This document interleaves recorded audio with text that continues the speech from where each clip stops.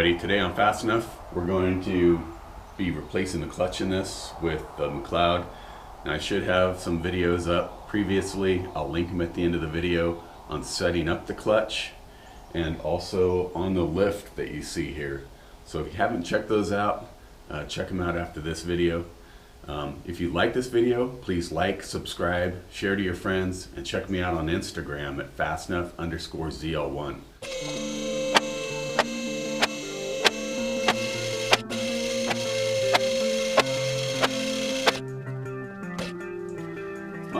First order of business is disconnect the O2s from the harnesses. Move them out of the way. We're going to keep the headers on. We're just going to be taking from here back off. The whole exhaust system has to come off.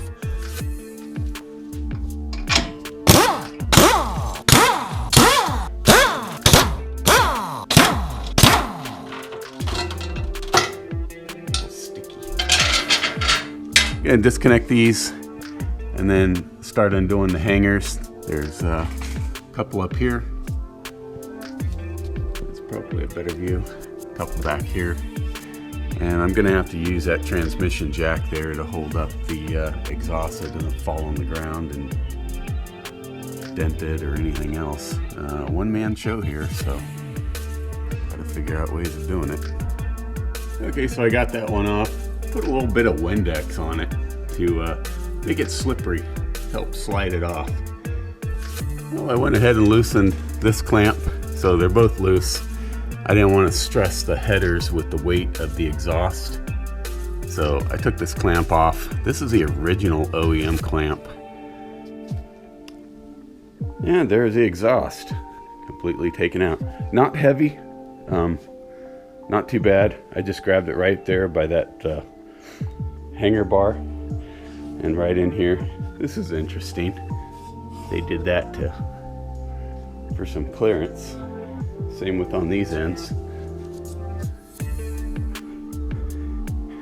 Here's a good view of the differential cooler lines coming into the differential. One of the differences between the SS and the ZL1, this is a cast iron rear end, it's not aluminum. And it has a cooler inside to keep the fluid cool for when you're tracking the car. The next thing we're going to have to do is take this heat shield out. It's all oily anyway from when I had the oil leak that got fixed. But need to very carefully take these nuts off these cooler lines here and then snake this thing out so we can get to the drive shaft. Alright, now that we have the heat shield out, you can better see the two-piece drive line here. This is the carrier bearing. You want to grab that and move that drive shaft around and make sure that's in good shape. A little bit of flex is normal because that's a rubber bushing in there. It should not move a lot. And you want to inspect all this, make sure this isn't broken. This looks good. So we're going to index all this. You know, maybe you don't think it's a good idea, but I do.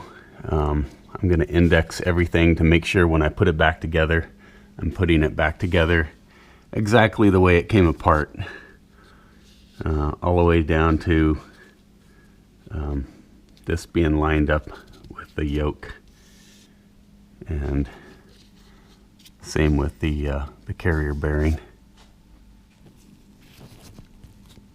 So I took these 3 bolts out. These ones here.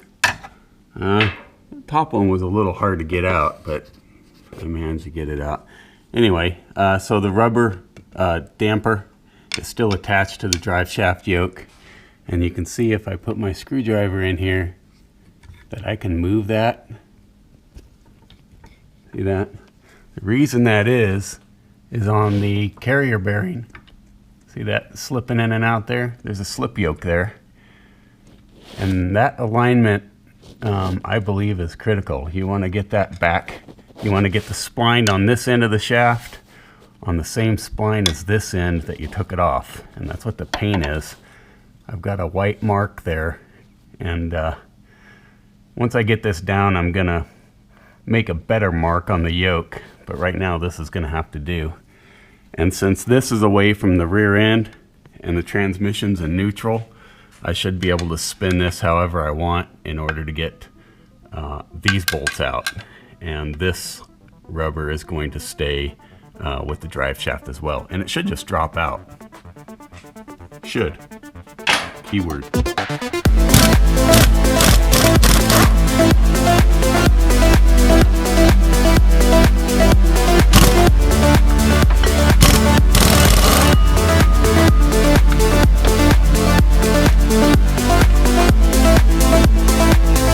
So I've mentioned in my previous videos, I don't know if these are torque to yield. I have a feeling they probably are, but look at the nut.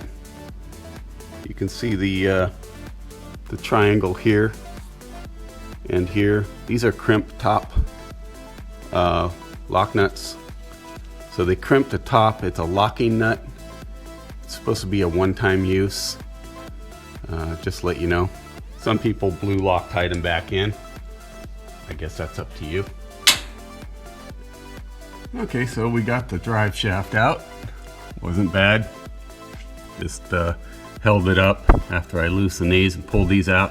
Squeezed the drive shaft together because of that slip joint and dropped it away from the rear end and just pulled back a little more and dropped it away from the tranny.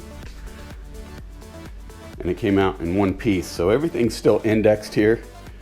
And I'm not going to take it apart if I don't have to, and I don't have to. So everything is still good. All I need to do is line these up. Now you may think, well, what's the big deal? I have heard of there being vibration issues if you don't get it back in the same way you took it out. I don't know how true that is, but you know what? A paint pen and a little bit of time and it's going to go back in exactly the same. That is, if it doesn't get a replacement aluminum shaft, but I don't know if I got the money for that right now. This is the shifter up inside the car, and this is going to have to come out, of course, in order to get the transmission out. Transmission mount. There's 6 bolts that hold this transmission to the engine. And the 6th one is the hardest one to get to. So here we are in the service manual, looking at the propeller shaft. 250 millimeter axle is for the ZL1. They are showing you that you should be indexing. Just as I mentioned before, it's best to use paint. Permanent marker is okay, I guess, as long as you don't use brake cleaner on something and erase it. They're telling you not to reuse the nuts on the transmission side and not to reuse the bolts on the differential side. So you'll want to get new ones. Could you blue Loctite them? Nah, maybe. But that's not what the book says. Anyway, the torque specs for the transmission side. 100 foot-pounds, 135 newton meters on the transmission side and the nut and bolt, and 118 foot-pounds, 160 newton meters on the differential bolts. And these ones are 16 foot-pounds, 22 newton meters for the carrier bearing. Doesn't say anything about aligning this. I went ahead and did it anyway because I was there with the paint pen, so why not? And they're showing the alignment marks here on the slip joint. If you have to separate these two to take apart the carrier bearing, you'll want to make sure that that is lined up. And of course use the bearing removal tool.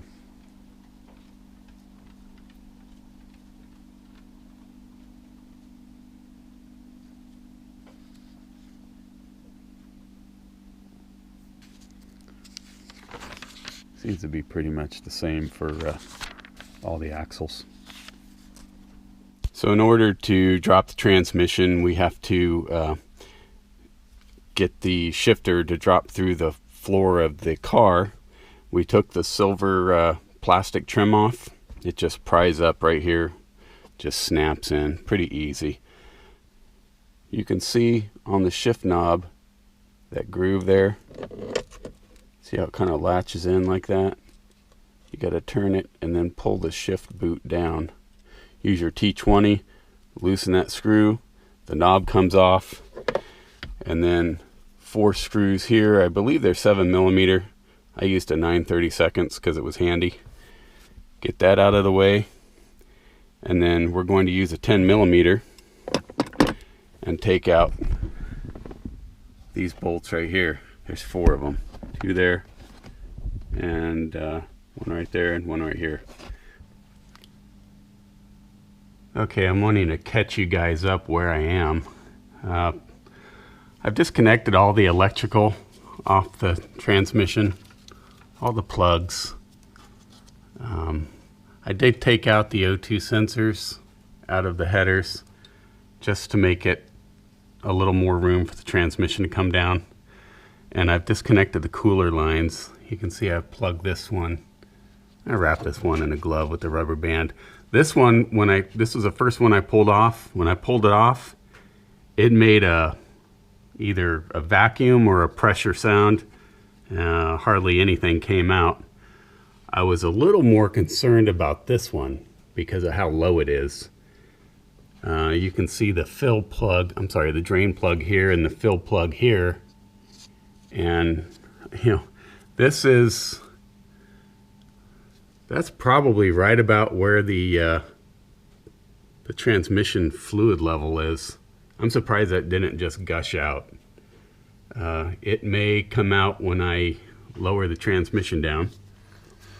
But the cooler lines here are a little tight. I've got the clip out of this one. And this is just a clip retainer, this black ring. It goes over the clip. And the clip, I just used a small pick and pulled it out and put it in a bag and labeled it. But these lines are kind of tight. They're attached to the engine. Ouch. They're attached to the engine right there on that stud, that clamp. I have to take that off to make them a little more pliable and so they can get out of the way when I need them to. And then, yeah, so that's as far as I've got, just the electrical and the cooler lines. This is all still attached. In the service manual, it talks about lowering the subframe in order to get enough downward tilt to get to the top bolts of the bell housing. They're way back in there. And with the ZL1, the lid on the supercharger can be in the way. It hits the cowl. So what we're doing, 24mm bolt. We loosened all 6 of them. There's 6 bolts, not 4. This is a 24mm. And then there's one up here in this hole. That's a 21mm. I disconnected the ride control sensor rod because I don't want it getting broke. The book didn't tell me to do this, but I'm doing it because it's easy to put on and off. And then where's the other one? There it is. That bolt right there. Just forward of the lower control arm, another 21mm bolt. Now, this one is not going to come out. These stay in. You're just supposed to loosen them up.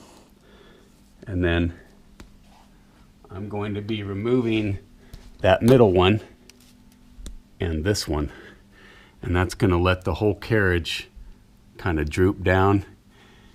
But before I do that, I'm going to get the transmission jack under here and take this support off.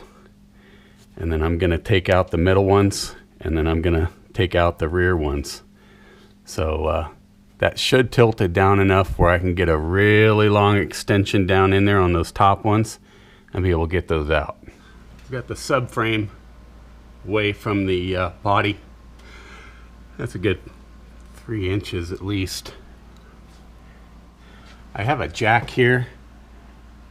setting across my cross frame just because I wanted to ease it down. At the same time I eased down the jack. So I now can see, I don't know if you can see, that bolt way back in there. That's one of them. And then there's one on this side that I can't see because of the wiring. But I'm gonna take those out first so I don't have a bunch of stress on them. But first I got to get this transmission strapped to this jack, so when I do eventually get it off, it doesn't fall off. Okay, well, we got the transmission out. We didn't have to disconnect the shifter. Just drop the transmission out. It took a little finagling,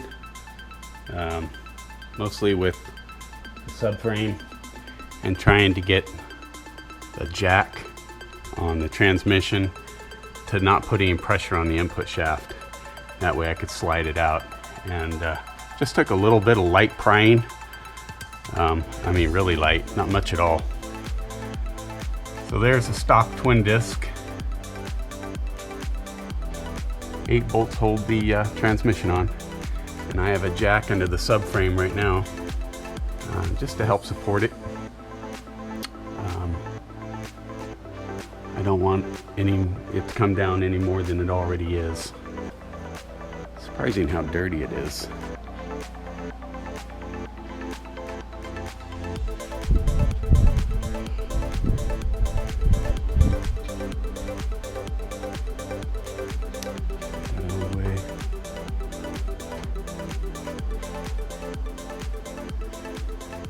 Well, I busted the nuts kind of loose in a star pattern.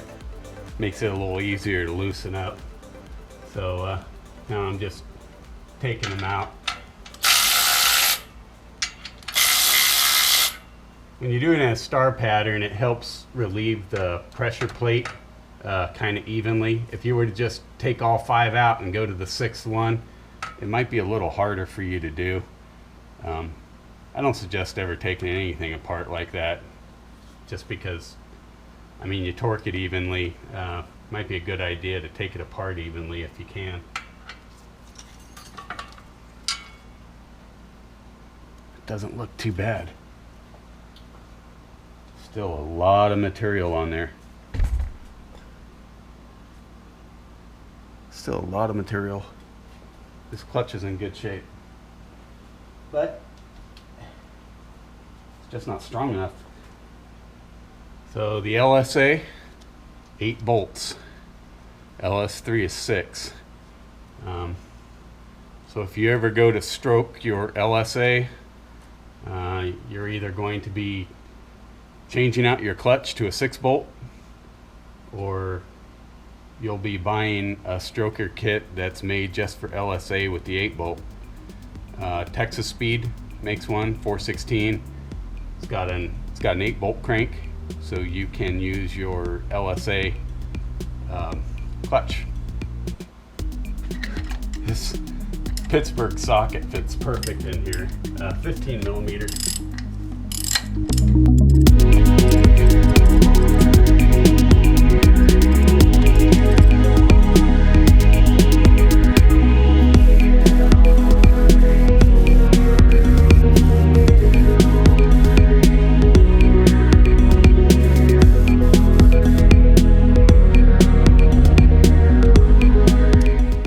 Got 2 of the bolts out. Just grabbed some duckbill pliers. I just wanted to see if they would come out. They did. It feels like there's probably RTV on them, and probably the reason for that is to keep oil from leaking on this side from the crankshaft. Yeah, it feels kind of rubbery when they come out. Oh, the service manual has these going in with red Loctite, so it could be the Loctite, but looks like I'm going to be able to get the flywheel off with it as an assembly.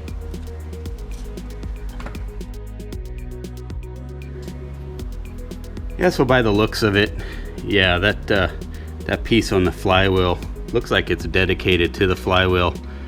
The second friction is in here. The first one was loose. So just gonna put the bolts in it and get it out of the way. Still a good clutch. Had a lot of material on it for as much as I'm sure the thing's been beaten a little bit. Not too bad. We don't hurt them too much. What I was surprised was that it wasn't heat checked. I expected to see some heat checking, and it didn't look too bad. So, well, out with that one. And I expected to see oil all over here, and it's clean. That rear main seal is fine. I'm tempted to not even mess with it. So if you look back in there, all the way at the back of the crankshaft, that's a plug. Kind of like a freeze plug. Feels like it's made out of the same thing. So you see people pushing this bearing out with grease. They'll put grease in there, and then they'll pound on it. They'll put something in there almost the same size as that hole and hydraulically force the bearing out. You see people use bread. If that plug breaks loose and falls the other way, you not only have a plug inside your engine, but now you have to pull the bearing out the correct way. I think the plug inside the engine's a bigger problem. So we're going to be pulling this bearing out with a bearing puller on a slide hammer. So we went to O'Reilly Auto Parts and picked these up. I wouldn't call them a rental. They charge you a deposit, and when you bring them back, you get your money back, so pretty much it's free. So we're going to take the pilot bearing out with this. I think these are going to be a little bit too big. I might have to take one of the arms off and feed one through, and then feed the other through and repin it. We'll see how that goes. Strangely enough, the service manual tells you to use a J43276 to remove the pilot bearing. Don't do that. It presses on that soft plug inside the crank, and it will damage it. I don't know why they're telling you to use it. There's other service manuals that say do not press on that plug. So yeah, don't press on that plug at all in the back. It's on several forums that you can cause damage and cause yourself some big headaches with the crank.